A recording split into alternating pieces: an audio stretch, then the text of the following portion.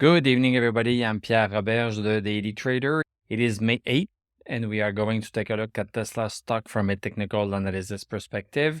My goal in doing these videos is to help you understand how you can use technical analysis to make better trading and investing decisions. But I'm not a financial advisor, so please do your own research and make your own decisions. So Tesla is up $1.73. That's 1.02%, closed at 171.79. Post-market, we are down by 16 cents. So let's now look at what this looks like on the chart. This was a very interesting day. So last Friday, we came very close to our first downward resistance. Now we broke the first downward resistance. We opened outside of the second downward resistance, but then we came back in. We came back in, went lower, and now we have a long wick at the bottom right here. So we came low and we're pushed back up. This is looking like buying pressure in my book. So this first resistance is now support. And the second one, we still have to cross it. Let's take a look at the 1 hour chart. So on the 1 hour chart, this is what happened today during the first hour. We opened quite high outside of the two downward resistance. We came right back down to where we closed on Friday. Then we started going up. First hour, second hour, third hour. Look at how perfect this is. The second hour was okay. The third hour, look at how it closed. It stopped right here on our channel support that we had starting April 26th. It stopped right smack on that one and also stopped right smack on our first downward resistance. Then the fourth hour was pretty much right smack on the second downward resistance, our bullish channel again, which we are not back into, and also our horizontal resistance at 172.35 right here. We were stopped by these three resistance. And then we caved in and came back and used our first downward resistance as support. And then we came back up and look at where we closed. We closed just right below our second downward resistance. This is confirming that our lines are the exact perfect lines because the stock is really bouncing on those lines all over the place. All over the place. This is perfection. Okay, now let's look at the indicators on the 1 hour chart. So stochastic at 86, very good. MACD, very good. RSI at 69, which is very good. It needs to be above 50. And DMI is also very good. So what are we going to do with this? First of all, I just want to remind you that if you entered Tesla after we broke this horizontal resistance at 165, after having had this congestion zone, this was a buy signal right here. Some people could have entered Tesla on the next candle, which was 1 hour later at 10:30. So you could have entered Tesla at 167. 167 up to 171, let's say. That's $4 right there. It's $4 per share right there. If you think in terms of options, $1 of the share price equals $100 in option value. If you bought one option from here to here, then you would have made $400. Of course, this is a gross evaluation of the money you can make with options. It's $1 per price share. This was a nice move in itself. Now, I said that 176.73 is the horizontal resistance that we need to look at in order to consider this a bullish move and not merely a congestion zone that we are in right now. This being said, if you play on the 1 hour chart a little bit more than the daily chart, then you can play a little bit tighter. So on the 1 hour chart, I would use a break of 172.35 as another buy signal. So we are very close to breaking it. Right here would be a buy signal on the 1 hour chart. Of course, it could come up to our 176.73 and cave back in. So then you need to manage that and maybe take profit when it comes right here. On the 1 hour chart, we can play it a little bit tighter, but it's always a matter of when you enter and when you exit. You can have a little bit of a move up right here if we break 172.35. Let's go back on the daily chart. So on the daily chart, since we don't have stochastic over 60 yet, we cannot consider this a real break. This is why we are going to wait for 176.73 in order to consider this move a buy signal.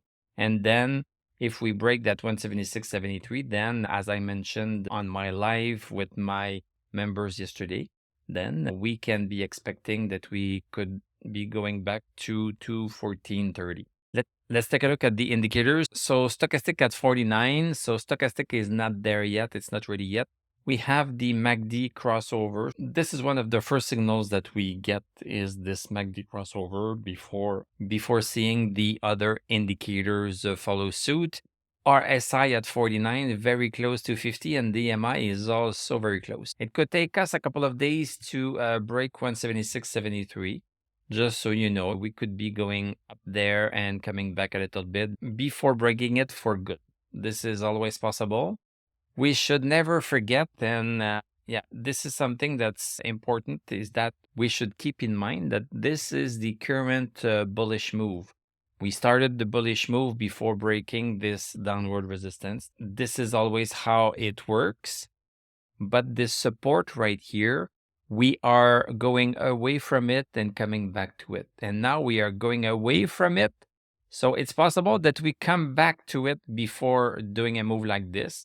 If the stock is really strong, then it's possible that we go higher here before we start coming back to it. And then we need to see if we are going to bounce on it. So these are all possibilities that can happen. We should always treat an upward support like this as the home base. This is the home base, and we stay and we stray away from it, and we come back to it. We stray away from it, and we come back to it. So this is how we should see this, because sooner or later we are going to come back to the support. I'm going to try to do something like this. But yeah, this is looking pretty good right here. So on the daily chart, this is where I would put the current channel that we are in, because we are touching these 2 points right here, boom, boom, and the body of that candle and the top of that one. We have 3 touches. We could be expecting to be going at that rate, and which would be the exact same rate as we had right here. You see the parallel in the move, the same strength. Let's hope that this time it's going to go farther. To summarize, there's a little bit of a move on the 1 hour chart at 172 and something. And we should stay put until 176.73 and a good stochastic for the daily chart. There's a funny news here. Lucid offers Tesla owners test drive at supercharger, angering Tesla fans. This should not anger anybody. This is just fair play. This is the free market. I think that Lucid cars are great cars. If you have the chance at looking at the TED Talks on Lucid Motors channel, this is very interesting if you're a geek a little bit or an engineer. After watching those, I can really say that Lucid Motors has better technology than Tesla in terms of the motors and in terms of the differentials. In terms of the battery, I think Tesla has the edge, but motors, this is pretty impressive. What they have achieved, they have created a super strong motor that's very compact. So I highly suggest that you take a look at this. So let's take a look at the VIX before QQQ. I think it makes more sense. So VIX is still coming down. So we are down 0.21, 1.22% at 1697. So it's pretty surprising that we are coming back down after, the jobs report created all of this. The fear has gone away. This is helping everybody. QQQ inching higher above 321, still a great stochastic. So this one is going places. And it is close to the support. The support is right here and the resistance is right here. It's close to the support. That's the best time to buy, because you have a higher chance of catching a bigger move like this when it is going to try to go up to the resistance. Dow Jones, an okay day. Stochastic is not there for Dow Jones, just a sideways day. S&P 500, also a sideways day. We have stochastic at 64. Nasdaq inching higher. Tech stocks are doing a lot better. So we have a stochastic at 98. We could be having a breakthrough very soon if we break 13,306. Physical gold is having a hard time. It's having a hard time with this resistance right here, going above, below, above, below. is at 62. So yes, it's above 60, but it's better when stochastic is at 70, at 75, at 80. So this one is decent. Silver having a hard time breaking 885. We broke it last Thursday, but Friday and Monday, look at this. We stopped right smack on it. This is a number that is stuck in people's head. So people don't want to pay above 885 yet for silver. Bitcoin, we did not have stochastic over 60. We were still inching higher, but stochastic won that round right here. So we have a drop. So maybe we are going to reach back at 26,517. Stochastic is dropping now at 15. So this is not very good. And Ripple is also suffering. So it is falling at the same time.